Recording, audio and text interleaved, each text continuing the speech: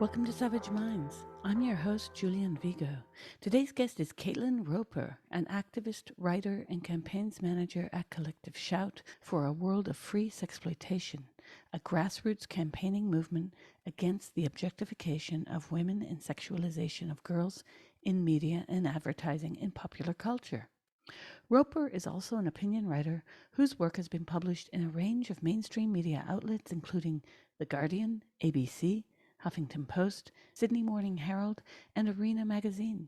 She is also a founding member of Adopt Nordic Western Australia, which advocates for the implementation of the Nordic model of prostitution legalization in Western Australia. She has been a speaker and organizer for Reclaim the Night Perth, and she is a co-founder of the Feminist Academy of Technology and Ethics, The Fates. Her forthcoming book, to be published this autumn by Spinifex Press, is entitled Sex Dolls, Robots, and Women Hating: The Case for Resistance. I welcome Caitlin Roper to Savage Minds. You have a piece coming out shortly in Redux about how manufacturers of child sex dolls are offering to customize these dolls based on photos of actual girls. Now, when you wrote me this by email, I got sick in my stomach. I thought, what kind of asshole who made this company thought this was a good idea? My second thought was, we should just, and I'm saying this performatively because, of course, I don't mean it, but we should just get his daughter on a doll and see how he likes it. Because I get really angry when I see this crap of people who think capitalism, oh, what a great idea this would be. And it's only a doll, and we'll get into all that later. What these doll manufacturers are doing, this means that child sex abuse doll sellers are offering to customize replica girl sex dolls based on actual photos of real human beings supplied by customers, meaning that, of course, these men will not do as I thought, supplying their own daughters. Of course not. They will be trolling the internet. They will be grabbing that screenshot from someone sharing a photo from the family getaway, the Christmas vacation, whatever. And this means that photos of real children will be taken and used to create an actual doll complete with penetrable vagina, mouth, and anus to be made in their likeness. What in the? That's right. Oh my God. Yeah, that's the appropriate response, I think. This is already happening. As I've been doing the research for this book, I've come across a number of companies that are doing this, a number of cases where children have already been directly harmed by the production of dolls made in their likeness, sometimes where photos were innocently uploaded to social media, and other times I've seen pedophiles with their own photos. I'm not sure if it's a child that they know, a child that is in their care, but they've shared these photos in forums and asked doll manufacturers, how much, give me a quote to make a doll based on this specific toddler. And I've also, you might have read it in the book, there's a passage I included with one pedophile from a pedophile forum talking about the doll that he owned, one of many child sex abuse dolls that he owned. And he was saying this one in particular looks like a girl that he was obsessed with, and what he would do with it and how he would use it, and how that, the impact that had on him. And so this is already happening, and I think it's going to get much worse. I had a colleague, or I still have a colleague, my colleague Lynn Swanson Kennedy from Collective Shout, and she exposed an online platform made in China selling child sex abuse dolls. And she was able to, she exposed them and was able to get many of these dolls removed, which was great. But what she did see was that one of these sellers, at least one, was advertising, the option for buyers to share a photo, and they would customize a doll based on that. And so we wondered how many of these dolls that we've seen on this platform are already modeled on real little girls, real toddlers. And then it occurred to me, which maybe has been obvious to everyone else but me, but I realized as I was looking at these different child sex abuse dolls, I thought, well, haven't all of them been modeled on girls? I mean, they must say, okay, we need a face, we need a body type. Like, what are they working from? Are they just plucking from their imagination? Oh, we'll just do this nose and these eyes. Or do they have actual girls in mind? Are they working from photos? Like, where are they getting their inspiration? And I just thought, how many of these dolls are already, even if not marketed as being so, but they're already the likeness of an actual girl? When I worked in child trafficking in Haiti, one of the unfortunate things I learned, and I've actually never been able to discuss this, so I'm going to try this out. I was in a meeting with another woman from UNICEF and the Royal Mounted Police from Canada who were working in the country. And I wish I could never have learned what I learned in that meeting, because one of the many things I learned in this meeting, and this is one of the least crazy things that I heard, was about how the men who groom children, or the men who seek out children, will collect photos of the atrocious things that they do to these children. And they collect them as if, like when I was a child, I collected hockey cards. I wanted Phil Esposito, Bobby Orr, whatever. These men collect these images as if that. I heard this, and after the meeting, I just looked at the woman with whom I was working, Miriam, and I could not speak. I have actually never said this to anyone since then. I just thought, what, I mean, I'm sure this goes on a lot as you do research for this book and other works that you work on, but what fresh hell is this? Like, what kind of people do this? Because at the end of the day, wouldn't you think, as I mentioned earlier, that the creator of these companies, of these dolls, each of these CEOs that says, hey, let's just have people send in photos. I mean, they can't be that stupid that they don't realize that people will be lifting photos of unknown children from online forums, even people's Facebook pages. They cannot be that bloody stupid not to know that they cannot get these photos from grooming sites. And there are loads of them. Underground, dark websites. And they cannot possibly be, or are they just that greedy to think that all is okay in the name of capitalism?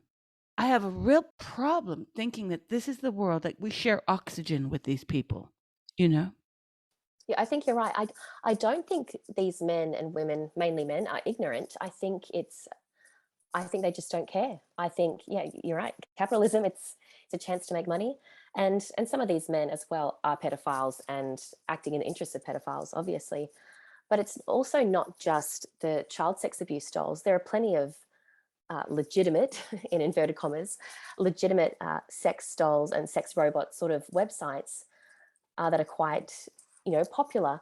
And they still will do this. They will still customize dolls to look like real women. They might say, okay, we're going to have to get around, copyright and a few things, that kind of thing.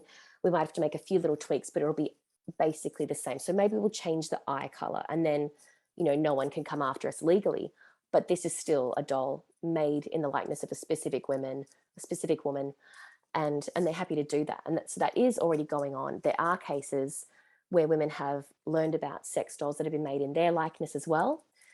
Cases where they had no idea this was happening, they didn't give consent, and were very distressed upon learning. There was one woman who was an Instagram influencer, and she got a message on Instagram saying something about, oh, this sex doll looks like you, and she kind of just ignored it.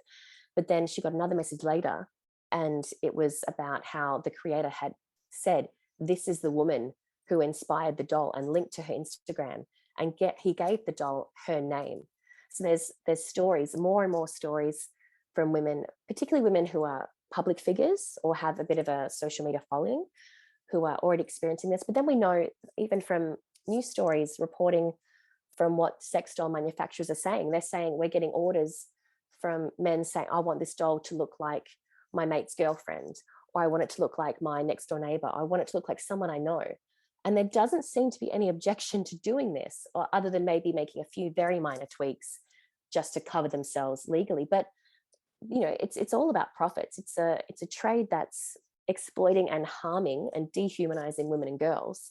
And the argument is just, oh well, it's not real, it's just a doll, it's just a robot, it's a thing, there's no harm. But women and girls are being harmed, even directly harmed, in these kind of ways. So we've really got to start having this conversation about what this does mean for women and girls, and reject these arguments that it's just a thing, it's just a doll, it doesn't matter, there's no harm, there's no victim, because there are victims. This is a part of the larger panorama of how men and women are framed sociologically speaking. I mean, I'm dealing with a situation that's tangentially related, but I've had a stalker since the first of the year. And in dealing with the police on this, I can't even tell you. I don't know if I'm more afraid of calling the police or more afraid of my stalker some days. Because when I call the police and they come, I have to hope I don't get the officer who says, well, maybe he just wanted to speak to you, completely ignorant of what stalking is Mm. about. And I've heard this many times. And I started to think about this in terms of how the quote unquote sex industry and, sex workers are framed. Same song, different verse, all of this. Even if we step away from the likeness issue of these sex dolls, what men want, men get. This seems to be some kind of 11th commandment that was left out of the Moses tablets, right? What earth is this that we have, allegedly, we as women have rights, but those rights are constantly, I found this having a stalker, they don't seem to exist. Mm. Even like where I live, my rights are mediated entirely by who is my stalker. So I would have more rights if my stalker were an ex than not an ex, for instance. So I'm thinking, oh, have they been watching too much Law and Order SVU? Does everyone have to fit into this kind of fictionalized TV drama of what stalkers are? Because I can tell you, not all stalkers are ex-boyfriends, etc., as they presume. It's phenomenal, the responses I've had and the time I've lost these last 6 months over this. And that's, again, tangentially related, because you start to look at what is going on. In reading your book, I was just shocked to see how many people are pushing this. When I say people, I'll specify industries. The media. Let's just start there. The way the media pitches sex dolls and sex robots, right? It's all done in this very sterilized language, as if this has no relationship on the safety, the mental well-being, the health of women and girls, even if they're not directly represented on the face of these dolls. That this is just some kind of amorphous thing, this capitalist playground over there that has no bearing on how you and I and our children live. And this kind of disconnect seems quite dangerous to me, and stupid as well, because we know that there are direct correlations between the way that people are taught to interact in their everyday lives in society and the way that certain people who are, let's say, represented by these dolls are treated. Right? So is it the case that the man who wants to make a sex doll in the likeness of his BFF's girlfriend, that there is no harm done here? We know that to not be true. We know the fact that women are thought of as dolls in the first place, that's the first problem, right?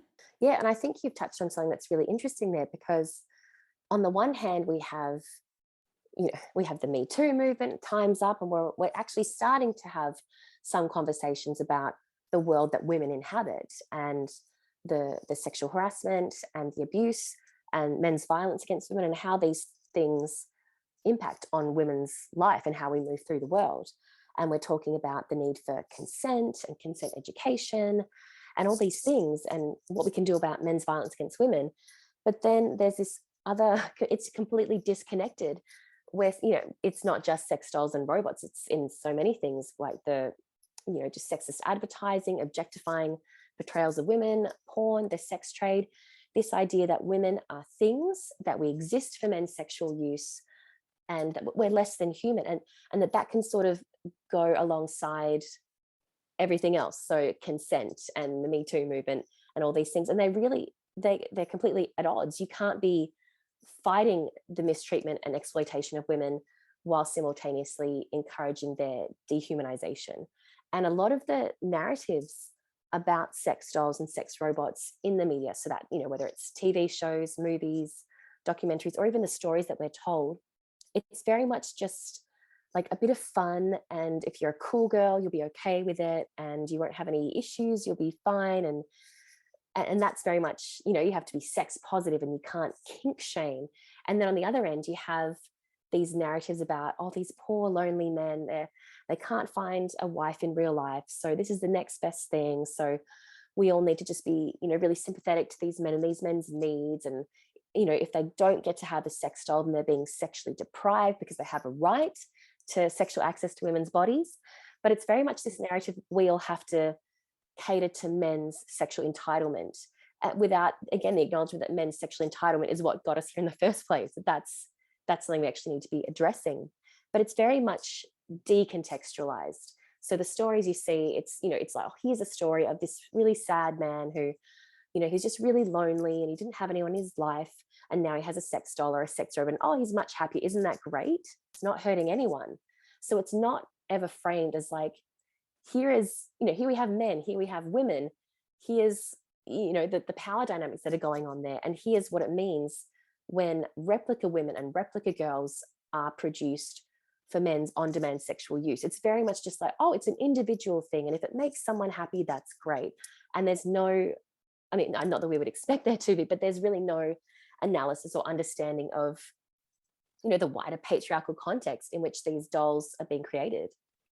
What you just mentioned about our inability to have two thoughts on the same page, to stick together, Me Too, Time's Up, those are the words that are now used, but let's just face it, to recognize that women are exploited, that girls are exploited, to recognize that on the left side, and on the right side for everyone to say, well, what do we do as a society? What do I do as an individual that might exploit women and girls?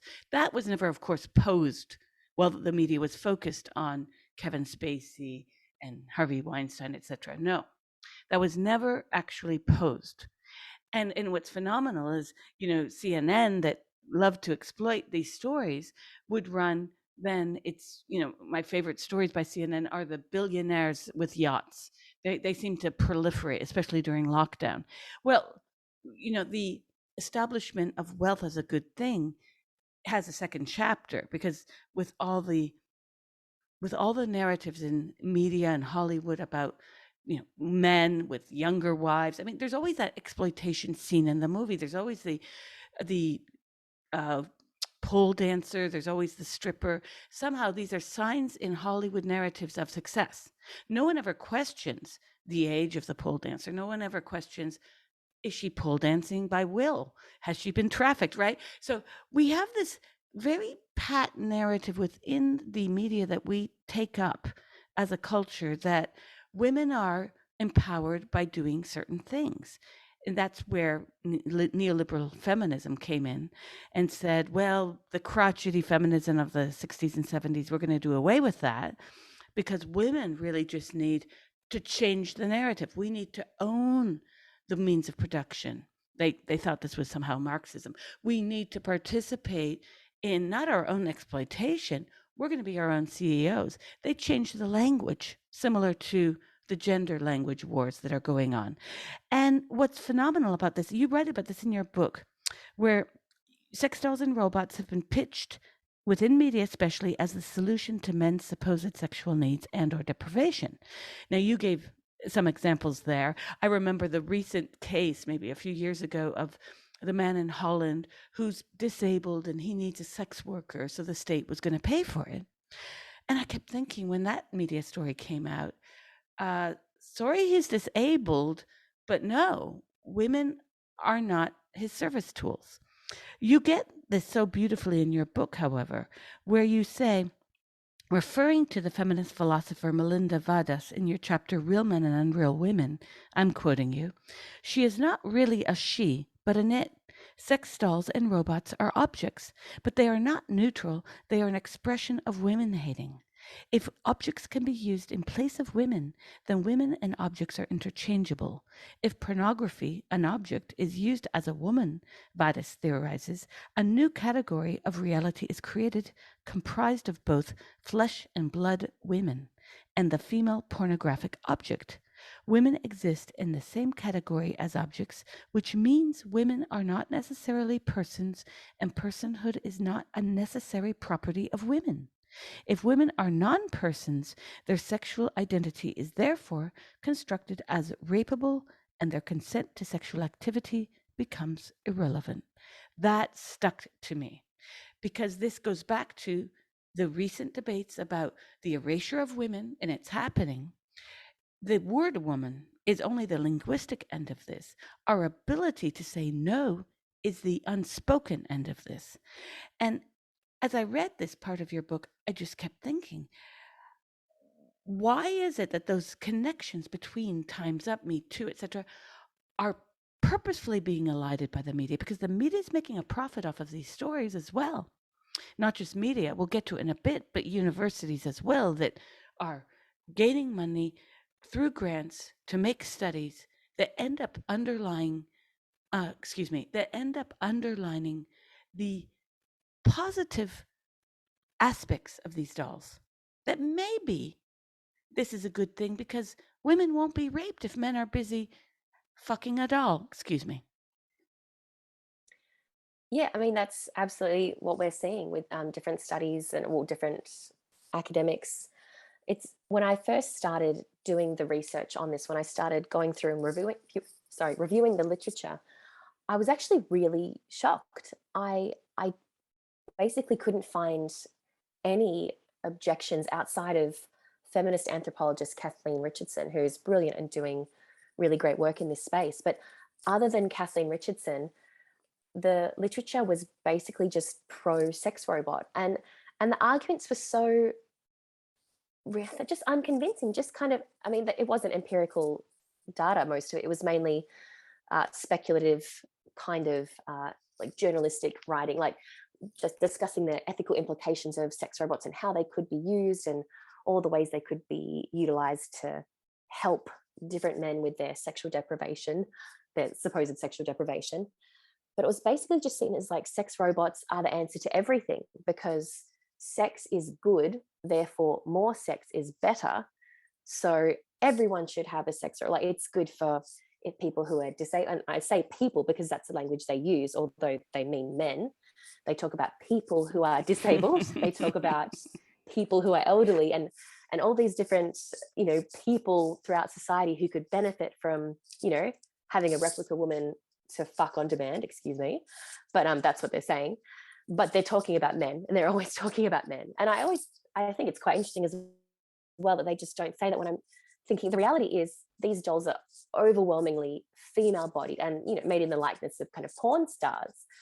And so the really pornified look, and the large breasts and the small waist and everything. And they come with penetrable orifices that accommodate a man's penis. So when they're saying, oh, they could be for they're using the gender neutral language. I'm thinking, we know what's going on though. These are dolls made for a male market. That is why they are made. And there's very few, relatively male bodied sex dolls, but they're still often marketed to men or as being for men. Like when you look at sex doll brothel websites, they might have the occasional male bodied doll. Mostly it's all female bodied dolls. But if there is a male bodied doll, it'll be under the category gay. So it's still for a heterosexual male audience, or for a male market at least. But yeah, it's this very gendered thing. And it's very much something you said earlier. You said about if men want it, they have to have it. And that was that is how I would sum up the academic research on this topic. It's very much this belief that, men need to have sex. They should be able to have sex. They want to have sex. Therefore, we must come up with something. Even when men are saying they want to sexually abuse children and little girls, it's still, oh, well, how can we find a way? How can we accommodate men's sexual desires to rape children? And that they have to have that. And it's like a need. And it's even maybe inhumane if we don't provide them with something. So it's, again, front and center is men and men's sexual entitlement. And this is being framed as a need that must be met. And then even in this really manipulative way, not just is it a need that must be met, but if we don't meet it, oh, maybe these men will rape children. Maybe they'll keep sexually abusing. And like, if you don't give them what they want, that they'll, continue to hurt children. And that if you object to this, then, oh, well, maybe, you have your morals are taking over instead of, rational kind of scientific thought. But it's just so deeply entrenched in all the literature I'm finding. It's so rare to find critical or feminist responses to the trade in sex dolls and sex robots. And I'm reading, I mean, you would have read it in chapter 2 on all this, just such ridiculous arguments that, NASA really needs to be thinking about sex robots and things like that for astronauts who go on space missions, because what if they can't have sex on demand? That'd be terrible. And it's just like, really, how is this a priority? Men just need to have their sexual entitlement catered to everywhere, like even in space. That's got to be something that's a priority. They need to have replica women that they can use on demand. It's just, it's ridiculous. And as I was reading all of this, I remember just being like, what am I reading? What is this? Where is the serious academic research on this? It felt like reading the work of men's Yeah. rights activists. And I was just like, what is this? It was mind boggling. It all fits into the contradictory space of nonsense that we've been handed by the gender lobby as well, where on the one hand, everyone's non-binary, everyone should be pushing their sexual boundaries, but we see whose boundaries are actually being pushed. When I read that part about NASA, I cracked up because I kept thinking, wait a sec, the only boundaries they want to push are those of women, especially lesbians, to accept female dick. But the answer to that, of course, if I were using the gender queer approach, would be the astronauts can just have sex with each other. Just be gender queer. Like, this is the contradiction, is everyone is pushing this hypersexual narrative on women, but it's never applicable to men. And in fact, the same thing with the specificity of uterus havers, menstruators. We're not seeing men being referred to as front danglers or whatnot. We are seeing men being referred to as men. And there's a very specific point here within media, the scientific community, academia. It's a very elite class that's pushing these narratives, because when you go to the favela, people know what men and women are. People know what sex exploitation is. And any woman will laugh when you say that men's sexual needs are being placed. Like, it's not even a feminist argument. Women know that this is going on, that the trafficking of women and girls in prostitution is based on the underlying misogyny of worldwide culture, that men need to be serviced, that what men want, men get. And so these dolls extend that in the most perverse way.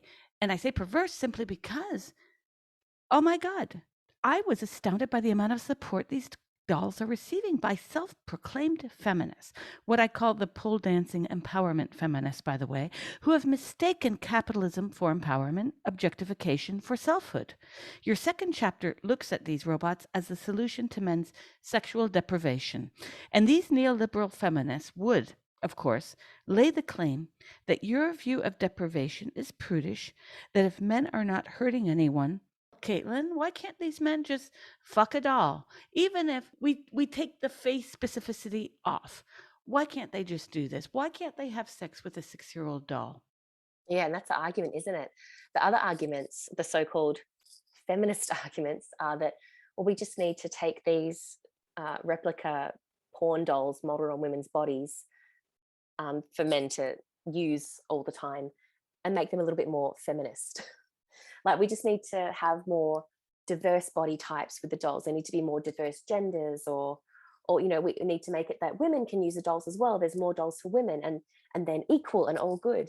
And it's just completely lacking any, real world, real feminist analysis or anything like that. It's just, yeah, I'm really have been quite surprised by some of the arguments that I've seen. But that, as well, there's just a complete inability, I suppose, or unwillingness to engage with the real world harms from these products to women, because they're premised on the objectification and dehumanization of women. Like, first and foremost, it's a female bodied doll. It's an object used in place for women that is defined by its sexual availability. It is there, it exists to be sexually penetrated, and it's a replica woman. So the idea that this could be done in any sort of feminist way, or any way that doesn't harm women, it immediately, just by being what it is, it undermines women's humanity. It contributes to this idea that women exist for men's sexual use, even children exist for men's sexual use if men want it that way, and that men have an entitlement to sex, and that men's sexual needs or entitlement matters more than everything else, including women and girls' basic human rights. In part of your book, you go into the interstices that bring together the problems of the same neoliberal jaunt that views empowerment as fundamentally an all-out embrace of capitalism in your chapter entitled Girls for Sex Who Don't Rebel. Robot prostitutes and sex doll brothels. As you know from your work on prostitution, the rebranding of prostitution as sex work was the first cog in the machinery to shift the public views of women as being victimized and oppressed. You pull this into your chapter looking at how sex dolls are merely an extension of the willing sex worker turned around. Suddenly, she's inanimate and now not real, so nobody's really being harmed. It reminds me of what the gender lobby pulls with this incessant derision of women's bodies, right, by referring to us as vagina havers and menstruators, and then shifting that argument around in a way to suggest that it is in fact we who are reducing ourselves to our parts to try to get out of a very large discursive ditch that they've dug for themselves. The arguments don't really pan out in either way, from the nobody's being harmed shtick that they pull with the sex doll industry to the sex work is work mantra by the prostitution lobby. They claim empowerment is about making a buck at the end of the day. But if you start to look at that from a truly leftist perspective, and certainly Karl Marx, and more specifically Engels, Friedrich Engels did, he is quite critical of the way in which women are reduced to artifice. He talks about prostitution. He is very critical of prostitution. This was well over 150 years ago. What has shifted from then to today, where somehow in the late 19th, early 20th century, you had more consciousness about the oppression of girls, especially sex workers, of prostitutes, than today? There seems to have been a complete capture by lobbies, by these self-imposed human rights groups, all in quotes, by women's rights groups, all in quotes, sex worker rights groups, all in quotes, to allow for this empowerment narrative that fits into, of course, the sex doll industry. The notion that nobody is harmed is something I cannot get my head around, because I'm thinking you have to have no conscience at all to make such a statement. What has shifted? I do think there's a lot more focus on the perceived women's choices rather than the men's choices or the wider system. So it's much harder to argue with if you have a woman saying, well, I choose this and I love it and it's empowering. It's harder to argue with that. Whereas if we're looking at a system and saying this is a system where men who are economically advantaged, or in a better financial situation than the women that they're purchasing, where they are paying for sexual access to the bodies of women and even children. If we look at it from that perspective, then that's a very different way of framing it. But when we use the language of sex work and sex worker and all of those things, I think it feeds right into the choice kind of way of looking at it. And it makes the men invisible. It makes the men who are doing the purchasing and who are sexually exploiting the women and the children and the men who are profiting from this system, it makes all of them invisible and focuses on the woman and this idea that it's a woman's choice, that a woman is doing legitimate work, and that to criticize the system or the industry is to hate on the woman, when in reality, being critical of a system of commercial sexual exploitation, you're not objecting to the women and girls who are being exploited, you're objecting to the system and to those with power who are participating and perpetuating the harms to women and actually doing it.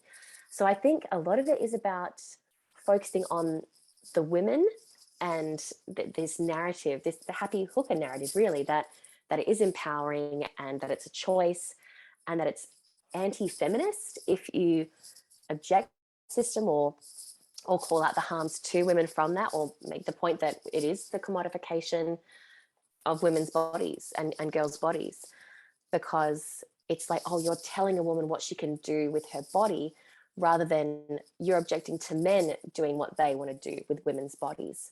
So yeah, I think the language of sex work and sex worker and all of that has been really effective at focusing on certain aspects and invisibilizing the drivers of the sex trade and the exploiters in the sex trade. That's an interesting point that you raised because from the 1960s onward, and this was criticized recently on Savage Minds, we had an article run that was very critical of Marcuse and the post Marcuse revolution, and pop psychology has fit into this as well. This idea that you're not oppressed, you can turn that bus around, you can be in the driver's seat and control your life, right? It's just getting the right narrative. I worry about these kinds of self empowerment techniques where we're supposed to view victimhood as a weakness.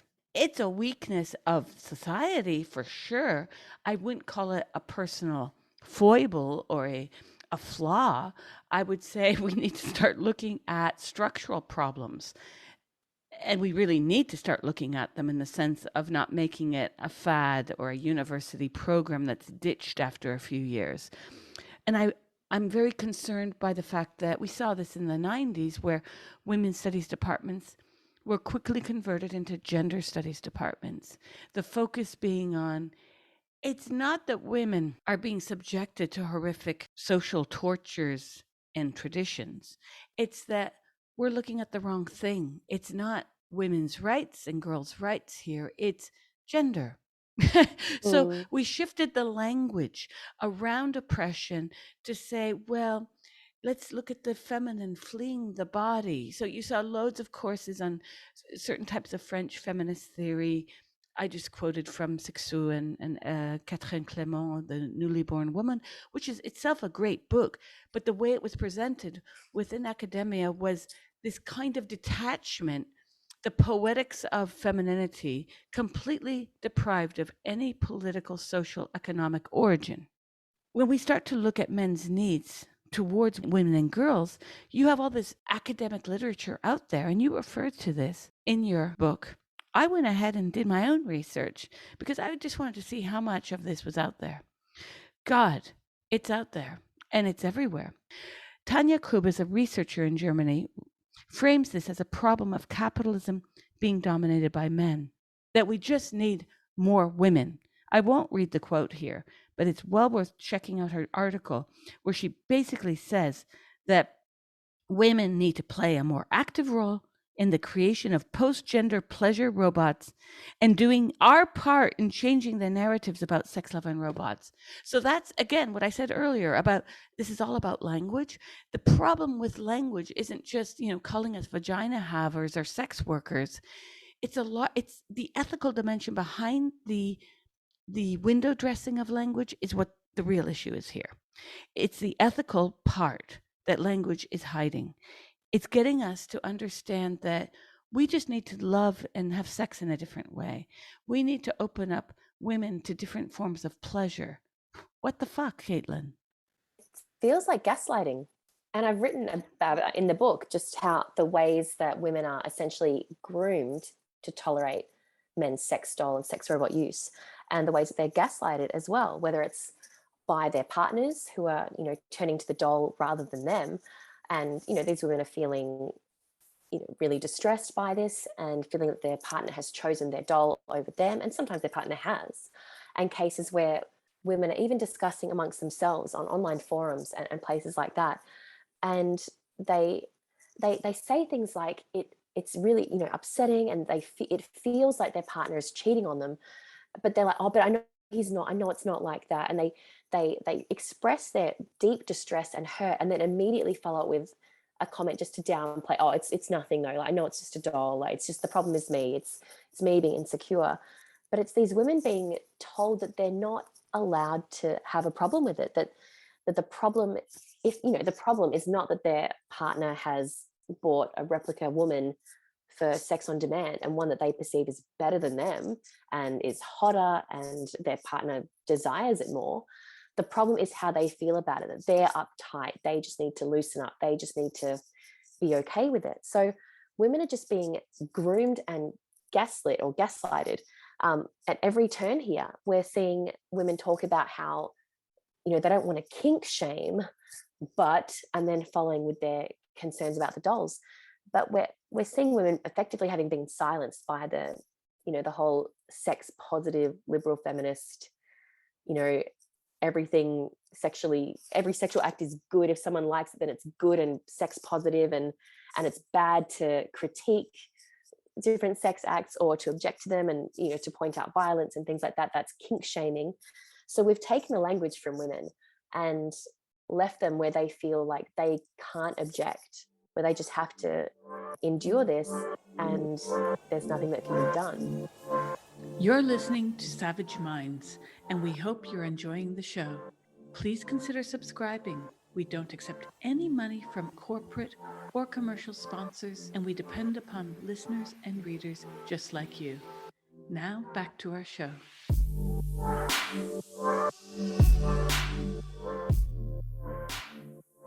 I am constantly amazed in the gender debates how all these men who claim to be transgender are offended that we call them men. But we are not supposed to be offended of their replication, their reproduction of the most harmful stereotypes, to which they say, but other women do this too. Well, big difference, FYI. Big difference between an actual woman running around in fishnet stockings and super red lippy than a man doing this. Two different vehicles right there.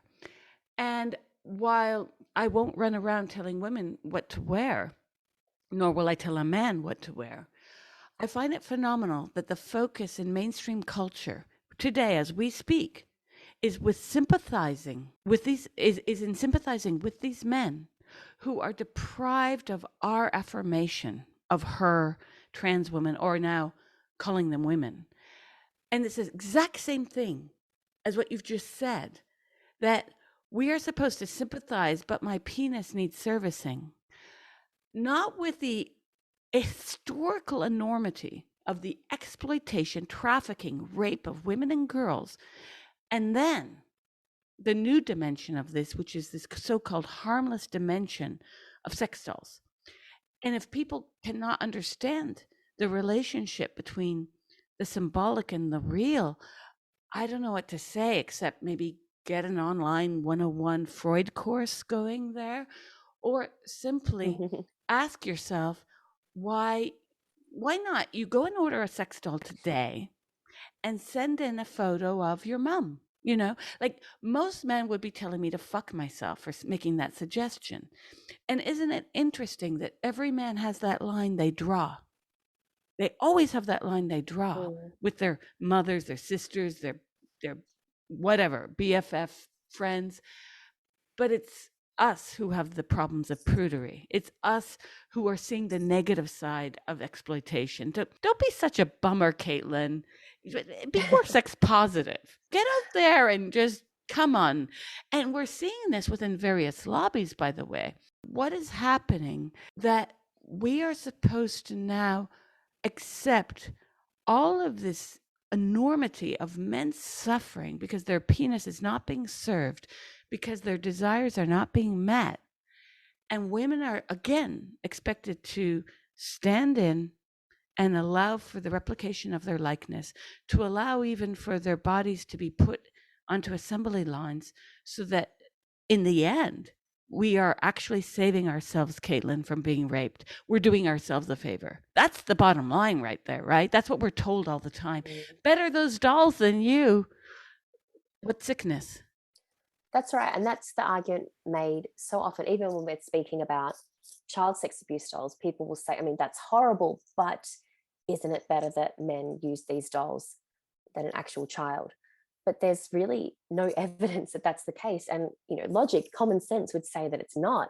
Over the past year or so, maybe a bit more, I've been documenting news articles, mainly from Australia, but also outside Australia, where men have been found and charged with possession of child sex abuse dolls. And they are almost always still sexually offending against actual children. So they're either in possession of child abuse materials, images and footage of children being abused, raped and tortured. Sometimes they're acting out themselves on children or involving children in their sex doll use. So there've been a couple of cases just in the last few months. One of the guys was a teacher, and he printed out photos of his students and made them into masks and put them on a child sex abuse doll that he would use. So it's other ways that children are being directly harmed by this. But there's really so many ways, in addition to children directly being involved and directly being harmed. When we have both dolls modeled on children and on women, it's sending this message that women and girls exist for men's sexual use, that this is legitimate and that it's normal and acceptable for men to own and use women and girls in these ways. And especially when we're talking about child sex abuse dolls, as if that's an alternative to child sexual abuse. Well, really, it's an opportunity for practice. It's not preventing anything. They're still perpetrating the acts. They're still doing it. It's just they're doing it on a replica child. So, what's to stop the escalation from continuing? Because we know that there is a pattern of escalation when it comes to these things, that perhaps it starts with viewing images or footage of children being abused, and then it escalates from there. So when you now have a replica child that you can act out on, that's much closer to actually abusing a real child. So it sort of serves as the next step, or a bridge between fantasy and reality.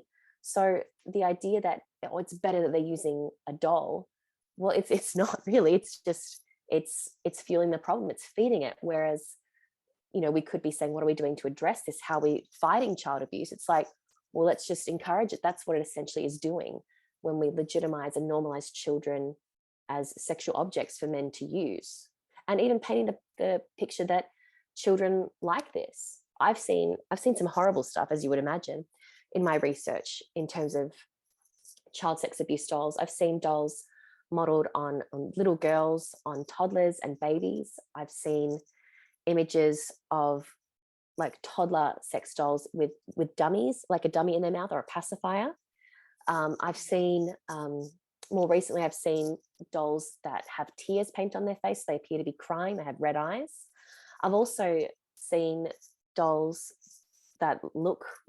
There was one doll I came across a few weeks ago that looked like a girl in a high profile missing person, kidnap case. And I'm not sure, I can't say for sure, but I thought that looks a lot like this specific girl who's quite high profile. I've also seen sex dolls modeled on children that are sleeping. So it allows the user to enact his fantasy of raping a sleeping child. So the idea that this is an alternative to child sexual abuse, or that it's better that they do this than abuse a real child, like, I find that really hard to believe, that this is not actually fueling the problem and making it worse and encouraging that sort of thinking towards children. I find this topic so distressing because I feel like we're just saying water's wet, yet we have to talk about how water is wet. You see, and I would like to make a sex doll that goes like this. Here, hear me out. Man fucks doll, his penis is chopped off. There, done. I know this is maybe too much for some people, and I am someone who I've attended protests in the States against capital punishment. And I remember before I had a child, a friend of mine made a comment about, you'll change your mind once you have children. And I said, no, I won't. I think I might have. In the sense of, I don't know if you ever saw Antonia's Line, that wonderful film from the late 80s, I believe, where it's a Dutch film, where the grandmother finds out that the granddaughter was raped, or the daughter was raped, and she goes and kills the man. Like, it's a great scene in the movie. I just think that the prevalence, not just the prevalence overtly, but as we know, all the underground networks, and let's go beyond that. Let's go to the uncomfortable parts that the media, again, won't cover. The media loves to do, like, Prince Andrew was friends with Jeffrey. Yes, okay, we know that. But let's talk about men in our lives. All the men who just turn a blind eye to when their friend makes an inappropriate comment about a 13-year-old, or about a woman in a way that's deeply disturbing. And I have to wonder about what goes on in bro dude culture when we are not in the room, that is allowed to exist because alpha men lead the discussion and the rest are too afraid to speak out? Are they afraid of losing their asshole friends? I don't know. Like I've Mhm. always wondered about how this kind of culture is so pervasive, and yet men act as if, and like really good men, I presume, act as if like, oh, this is shocking. But it is not shocking to you and I, and we don't have penises. Like, we know. Like, I am super careful about my children. I don't just leave them with anyone. In fact, when I was living in the UK, I wanted DBS checks for anyone who's going to take care of my children. And people might think that's weird or severe, but the reality is that we're living in a world where we don't know whom we can trust, who is going to take care of your children, upload indecent images, et cetera, and not to be, you know, overprotective or accused of being overprotective. But the reality is that if we refuse the reality on the ground, which is a world of exploitation, not just of children. Fishermen in the Indian Ocean are, as we speak, being exploited. There are men being enslaved on fishing ships, exploited right now as we talk. So you don't even have to have a vagina to be exploited. People exploit because they can and because there's no enforcement of laws. Another thing I learned in my work in child trafficking in Haiti, you can have all the laws on the books, but if there's no enforcement of them, those laws are toilet paper. So, what is it within the world culture of bro dudes that allows this to perpetuate so that you have men reading the Sunday Times saying, did you know Prince Andrew was friends with Jeffrey Epstein? That's shocking. Like, we don't have to be high profile men to know the crap that men do and say to each other, right? Yeah, I mean, that's a really interesting point. I guess for me, it all comes back to the objectification of women, that it's so deeply entrenched in our culture, that it's so ingrained and just so normalized and everywhere. So I almost think people can't see it anymore, that it's so unremarkable. Because I know sometimes you get people who will object to child sex abuse dolls, for example, and say, oh, that's really wrong because that's kids and that's terrible. But they don't make the same connection when it comes to dolls modeled on the bodies of women. And I always think that's really interesting. I'm like, so how is it that we can look at child sex abuse dolls and think, yeah, it would make sense that when you legitimize children as existing for men's sexual use, that's going to have harmful real world consequences for children. But when we do it to women, people are like, oh, well, that's okay then. It's the same sort of approach we have to pornography, where people rightly condemn child sexual abuse material, pornography that's made using children being abused. But they say, when it's women or adult pornography, then they kind of say, oh, well, that's consenting adults, it's fine. And it's like the critical analysis is just not there. So it's the same sort of thing, just this belief that it's normal and appropriate for women to be sexually objectified, and maybe it shouldn't happen to children or little girls, but that it's not wrong when it happens to women, or that we can't even see it anymore. Certainly, there's this notion that if you do see it, well, it's a highly likely that you will be made into the problem, right? And you hear these kinds of stories, like within families, where one of the daughters says, "Dad raped me," and then the other daughters who are also raped turn on her because they are not able to accept what happened to them. And I know of stories like this personally from friends. And I'm wondering if that Mm. kind of element has not also been seamlessly fit into our society, where people refuse to see the exploitation of women, even for stupid ass reasons, like, oh, that stop being so feminist, that's over since the 70s, right? So we're supposed to like shut up and stop talking about women and girls oppression because that song's been played too long. Or because it makes men uncomfortable. Absolutely. Yep.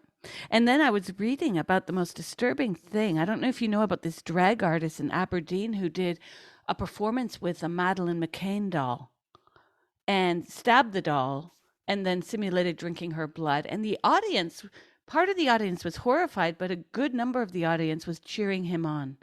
So when you start to look at the surface of what is considered appropriate, sometimes we don't have a barometer as a society, even taking away the sex element of that.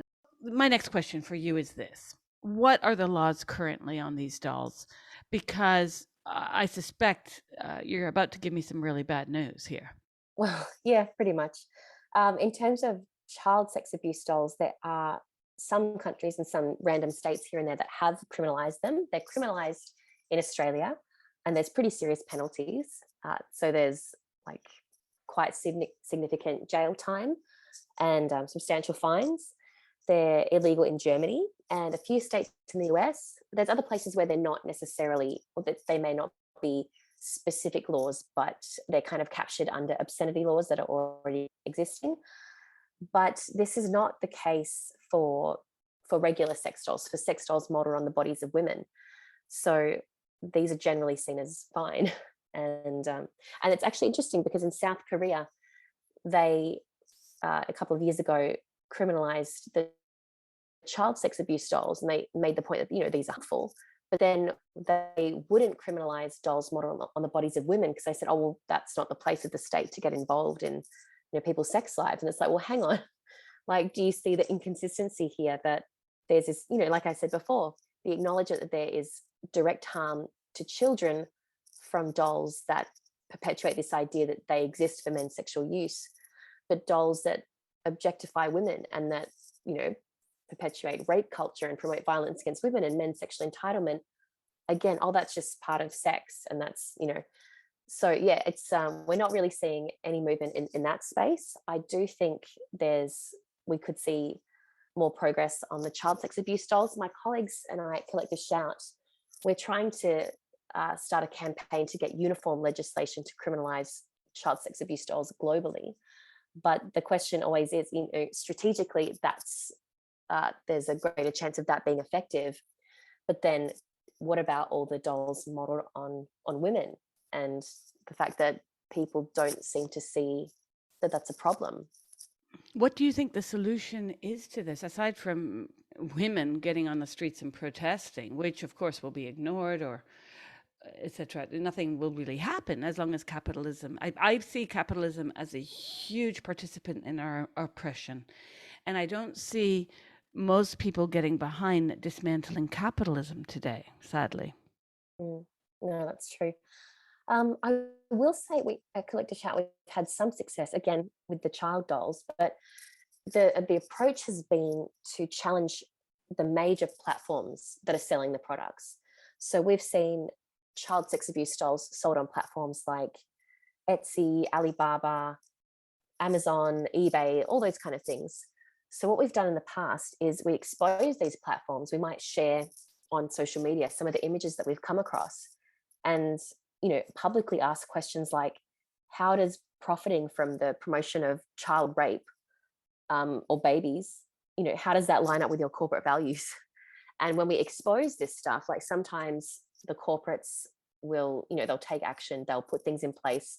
We had a successful campaign in 2020 with Alibaba, which is a Chinese company, and we were engaging with the Australia and New Zealand representatives, and we got in touch with them, and they removed all child sex abuse dolls. And then, as a result of ongoing positive communication with them, they then geo-blocked all sex dolls to Australia. So there are things that can be done, and I think it's quite an effective strategy to go after the platforms. If you go after a certain website that's just all about sex dolls or child sex abuse dolls, I can't imagine you'd have much impact. But when you go after some of these global giants and say, here's what you say your corporate values are, but how does that line up with what you're doing, what you're profiting from, and what you're facilitating, which is the sale of illegal child sex abuse material when it's in Australia. So I have found that that's been quite a good approach, and maybe there's something to that. Maybe women need to come together and start with these major companies and say, hey, this is what you're doing, this is what you're contributing to. How does that line up? Like, what are you doing for women? Like, outside of this, do you claim to be, promoting gender equality or all the other things that these companies say? Like, how does this stack up with what you're actually doing in the world. You mentioned the Chinese company. Also, there's Taobao, which is like the Amazon of China. And when I lived in China, I had to order from them at times. And I was constantly dismayed by doing a simple search for something I needed for my daughter, clothing item, for instance. And out would come what were very pornographied images of children. I mean, it wasn't sexual overtly, but you would have little girls print like in poses that only a porn actress would be in. Okay. And I found this really disturbing. And this was, you find them at times on Amazon, less so, but it does exist on Amazon. But on Taobao, it was much more common. And I just thought, why is this girl posed in this way? Now, you mentioned at the very beginning when I referred to the people who make these companies to make these dolls, you also said some women. So there are some women who are involved in these companies that produce sex dolls of girls and women. That's right. There are some women who have made the decision that it's potentially quite profitable to be working in this space, which is really disappointing because I find it feels like more of a betrayal when women participate. But I think it's quite effective on their end because it helps them to shed the image a little bit of, you know, the trade in female bodied sex dolls and robots for men's sexual use. It helps them to kind of make it seem less that way. They can sort of, you know, just to have a female face, it's harder for people to call it out and say this is sexist, this is rape culture, this is objectifying, and it's woman hating because they're like, well, we're women and we're happy, we're fine with it. So, but yet the inherent misogyny of the trade in female bodied robots doesn't just disappear because a few women at the top are making money from it. But yeah, there are women who are trying to portray it as empowering and sex positive, even as they're profiting from the dehumanization of and rape culture. But I don't know how effective these women are actually being. I'm not sure. I have seen a few women in this space who appear to have kind of gone a bit quiet. So I don't know if it's just business isn't great. I don't know. But there was one woman who was based in the UK, and I believe it was actually her and her husband working as a business, and they even employed their teenage son to work with the business, which was pretty creepy and icky. But now it's very much, when I see media coverage of their company or on this issue that quotes her, it's very much about the woman and that she's the owner of the company. And I just think it's interesting how it's been done. It's sort of like framing as a female endeavor, like, you know, women, like a woman run business rather than that it's been done by her and her husband. Yeah, I think it's convenient to kind of frame it as that because obviously women are into it too. It's fine. It's a gender neutral issue. It's not gendered when it obviously is incredibly that way. But yeah, so there are women who do participate in that way. Have you seen maybe where your words have affected change, your work has affected change outside of your organization? That's a really good question. I mean, obviously that this book does motivate people, particularly people with the means to make change, you know, to act. Generally, I would say I can speak for Collective Shout and say that we've had some pretty extraordinary victories by calling some of these things out, whether it's getting child sex abuse dolls removed from major online global platforms or having porn magazines shut down after our campaigns, or getting rid of sexist advertising or sexualizing clothing for children. We have had a lot of major wins over the years. We've been campaigning and had success on trying to get pornography age verification into Australia to protect children from exposure to porn. Unfortunately, the government has changed over in the last few months. So we just have to call on the new government and make sure that they're on board and committed to that as well. But so, yeah, our work does definitely affect change. In terms of my own writing, it's hard to say. I hope so. But yeah, hopefully with the book, hopefully it does expose the reality of this industry for a lot of people, and people will have a better understanding and just feel more equipped, I suppose, to speak out and to take action, because everything that I just I thought I have to share this. I have to. People need to know about this. It's insane, and people need to know so they can fight. They can fight back and call this stuff out, and call the academics out, and call the pedophile rights groups out, and the media, just all of it. So I am hoping that hopefully my book has made things a little bit easier for people to do that. They are going to be a bit more educated and a bit more informed on the issue. I think, in a way, that some of the feminists didn't want men to be part of the gender movement because they thought they just will add on to the problem by taking the attention from the issue and making it about them, which is not an inaccurate critique. But at the same time, I felt like we needed men to be part of the movement, to call it out and to participate in that. So I also think that we can't get very far with this without men whistleblowing on other men. Are there ways that governments, politicians might be able to create laws to make this kind of whistleblowing a thing, even beyond the sex doll issue? But when you, as a man, are hearing your friend's friend talk about having sex with a minor, for instance, we're not seeing loads of men going to the police and reporting this. They sort of dump that in the things they don't want to have heard. You know, the list of things I wish I had never heard, but they don't act on it. Is there something that governments could do to maybe make it more of a possibility that men who are privy to hearing about these repulsive acts, that where they might be able to whistleblow on each other? Or did you find in your research that these are things that men don't talk about? Let's say having sex with a sex doll in the likeness of an infant. Yeah, that's a good question. I mean, on the pedophile forums, obviously the men are quite open because, they're often anonymous, or they know they're in a safe space to reveal all of that. And they do often share some pretty horrible stuff. They'll share videos of them using their dolls, or even infant dolls, or they'll take requests from other forum members about what to do next in their next video. So, I mean, that's a space where men are openly discussing these things. Other than that, I can't really say about men being open with other people about this. It's hard to know. But in terms of laws, I don't know about that specific concept. I know in Australia we have sort of more like educational campaigns that are directed towards addressing men's violence against women, and it's about changing attitudes and addressing kind of casual sexism and disrespect earlier. So it's something like stop it at the start, and it's about encouraging particularly men to like speak up, and when they see something that's not right, to call it out, or to just to have a quiet word or something, but to challenge these things before they get worse.